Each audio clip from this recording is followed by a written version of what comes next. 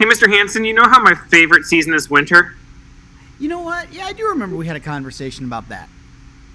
Well, today when it was like there wasn't a temperature outside, I was kind of rethinking that a little bit, and it was and it kind of had a flashback to like an ideal moment of standing up on the bow of my yacht on on the hottest day in the summer and just being so overheated and taking a leap off the front of the boat and entering that water and then swimming all the way back to the back of the yacht and climbing back on and standing there dripping wet and being cool. That's what I'm thinking about today. Do you know that feeling? I do, but not necessarily with, the yacht. Is this the yacht with or without the cup holders? Oh, it's got cup holders. Okay, so it's got cup holders. But no, I don't own a yacht. But I mean that I got that same feeling when I do a lot of yard work because I got that 6-acre property. I do a lot of that yard work, and then I'm like, I'm hot. I'm just overheating. And I just get on my diving board for my swimming pool, and I just jump in the pool after a hard day of working.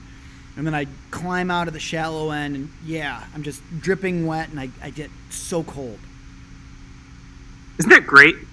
It's one of the best feelings in the world, man. I'm thinking that we should help the students experience that.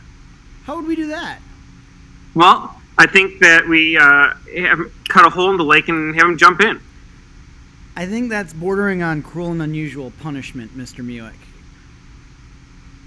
Well, maybe if we don't want to get Mr. Perry mad at us for doing that, we could have him do a different lab. You know what? I think I have just the thing. All right, can you show me? Absolutely. Let's go to it now.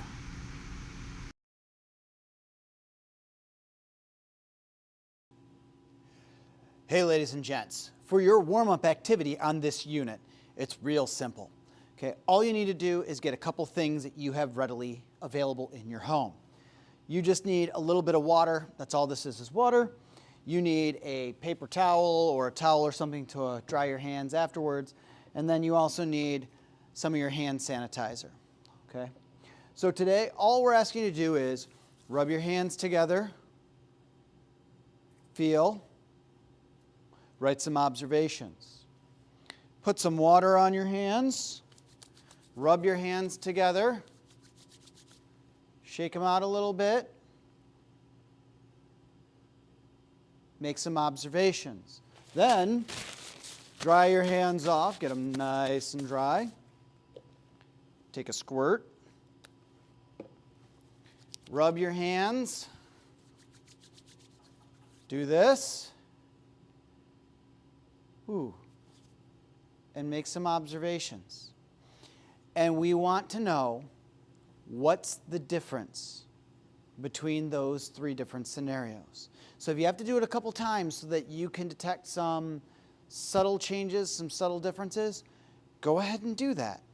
But come with some ideas, some questions next class.